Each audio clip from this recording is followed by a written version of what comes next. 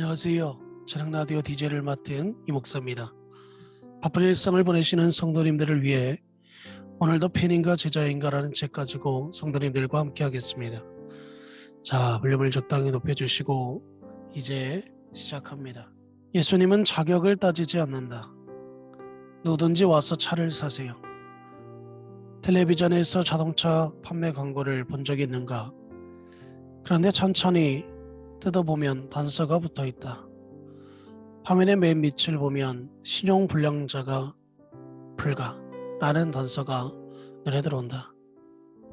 이것이 그들이 말하는 아무든지다. 자격이 되는 사람은 아무나 오시오. 승인 절차를 통과할 자신이 있는 사람은 오시오.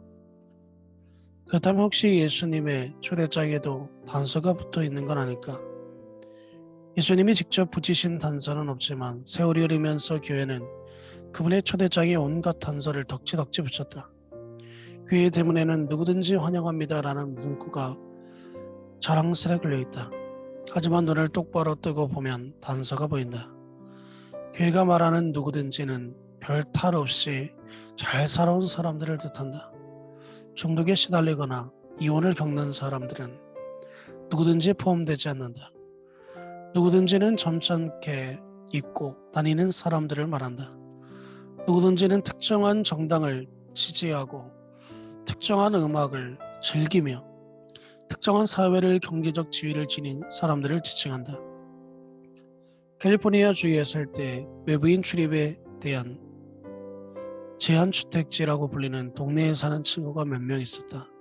그 친구들이 집에 놀러 갈 때면 경비가 사람한 대문을 지나야 했다. 한 번은 친구들을 만나러 가다가 경비에게 저지를 당했다. 경비는 며칠이나 깎지 않은 수염과 야구 모자를 힐끗거리더니 들어갈 수 없다며 퇴짜를 놓았다. 며칠 전 서바이벌 게임을 하다가 얼굴에 난 상처도 경비의 경계심을 돋우는데 한몫했다. 게다가 몰고 갔던 고물차가 실수로 우체통을 받는 바람에 사이드 미러를 테이프로 붙여놓은 상태였다. 라디오 볼륨을 끝까지 올려놓았던 것도 점수를 깎아먹은 원인 중 하나였다. 경비는 나를 반기는 얼굴이 아니었다. 환영합니다. 어서 들어오세요. 경비는 그리 말하며 나를 따뜻하게 맞아주지 않았다. 내가 그곳에 사는 친구의 초대로 왔다고 설명했지만 아무래도 믿지 못하겠다는 표정이었다. 경비는 내 이름이며 사는 곳과 친구를 알게 된 경위까지 꼬치꼬치 물었다. 마치 지명수배범 사진이라도 보듯 내 운전면허증도 한참을 보았다. 마침내 내 친구에게 전화를 걸어 확인한 뒤에야 마지못해 나를 들여보내주었다. 어쨌든 그가 원해서 들어보내준 건 아니었다. 아무리 봐도 내 방문은 마음에 들어하지 않는 게 분명했다. 교회에서도 간혹 그런 실랑이가 벌어진다. 교회는 아무나 오라고 하지만 그 말을 곧이곧대로 믿었다간 난처한 꼴을 당하기 십상이다. 최근에 우리 교회의 한 여자 집사에게 편지 한 통을 받았다. 그 주일에 특별한 일이 있었다고 한다. 예배가 시작되고 5분쯤 지났을 때였을 거예요. 20대 후반이나 30대 초반으로 보이는 젊은 아줌마가 10살짜리 아들의 손을 꼭 잡고 노란 토끼 눈으로 제게 다가왔지요. 우리 교회에 처음 왔는지 잔뜩 긴장한 눈치더라고요. 아들을 주일학교에 등록시키고 싶다고 해서 등록처로 모셨어요. 가는 길에 잠시 이야기를 들어보니 6년 전 남편과 헤어졌는데 그 뒤로 다니던 교회에서 사람들의 시선이 갑자기 싸늘해졌다고 하더군요. 그래서 곧바로 교회를 나왔대요. 목소리에 좌절감과 두려움이 가득했어요. 저도 이혼을 경험했고 홀로 아이를 키우기가 얼마나 힘든지 잘 안다고 말해줬지요. 아들의 등록이 끝나자 함께 예배를 드리며 어떻게 했냐고 물었어요. 그런데 뜻밖에도 성전을 가리키며 정말 들어가도 되냐고 묻더군요. 자기는 교인이 아니라고 하기에 저는 교인이 맞다고 말해줬어요. 우리가 자리를 앉았을 때는 예배가 벌써 시작되어 다들 서서 찬양을 부르고 있었죠. 찬양이 끝나고 찬양 리더가 기도를 했는데 처음 나온 말이 하나님, 우리가 어떻게 인생길을 걸어왔든 상관없이 용서하고 구원해 주시니 감사합니다였어요. 문득 옆을 돌아보니 여인의 눈에서 눈물이 주르륵 흐르고 있었어요. 눈물은 예배가 끝날 때까지 멈추지 않았어요. 여인의 두려움과 죄책감이 눈 녹듯 사라지는 것을 똑똑히 볼 수 있었어요. 예배 끝 무렵내 목사님은 그리스도께 삶을 바치고 싶은 사람은 누구든지 앞으로 나오라고 하셨지요. 그러고 나서 예배를 마치는 찬양을 드렸어요. 첫 번째 찬양이 끝날 무렵 여인이 안절부절 못하는 거예요. 그래서 빨리 아들을 데리고 돌아가고 싶구나 하고 생각했어요.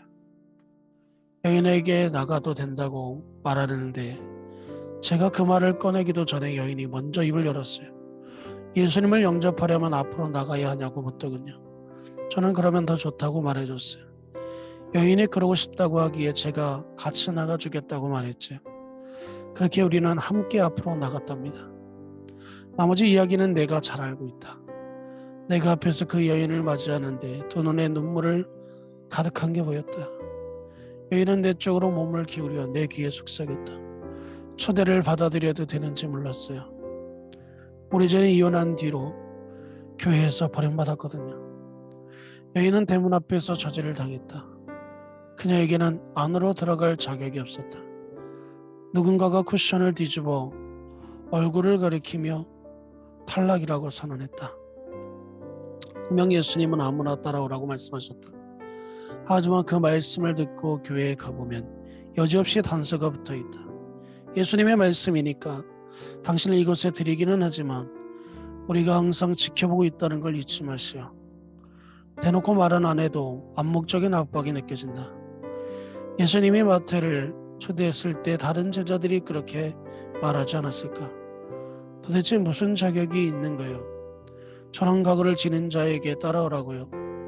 예수님 농담이시죠? 하지만 예수님은 정말로 아무든지 따라오게 하실 참이셨다. 예수님은 대가를 계산하고 따라오라고 하신다. 마태는 세간에 앉아 일 앞뒤의 제안을 꼼꼼히 따져본다. 쉽게 결정할 사안이 아니다. 이 제안을 수락하면 자신의 전부를 포기해야 한다. 돈이 다발로 들어오는 사업을 접어야 한다. 하지만 결국에는 그분의 제안을 받아들인다. 아무나 따를 수 있다. 단 전부를 포기하지 않고서는 따를 수 없다. 예수님이 나를 따르라고 말씀하셨다. 마태복음 9장 9절에 따르면 예수님의 이 말씀에 마태는 일어나 따라갔다. 지금 우리는 마태를 입에 풀칠을 하기 위한 로마의 영혼을 팔아먹는 악인으로 보지 않는다. 지금 우리에게 마태는 신약의 첫 번째 책을 쓴 예수님의 자랑스러운 제자다. 하나님의 은혜는 단순히 따라오라고 초대하는 것만이 아니라는 사실을 알아야 한다. 예수님 우리에게 그분을 따르는 법도 가르쳐 주신다. 마태가 과거를 뒤로한 채 예수님을 따랐다고 해서 당장 완벽한 사람으로 거듭나는 건 아니다.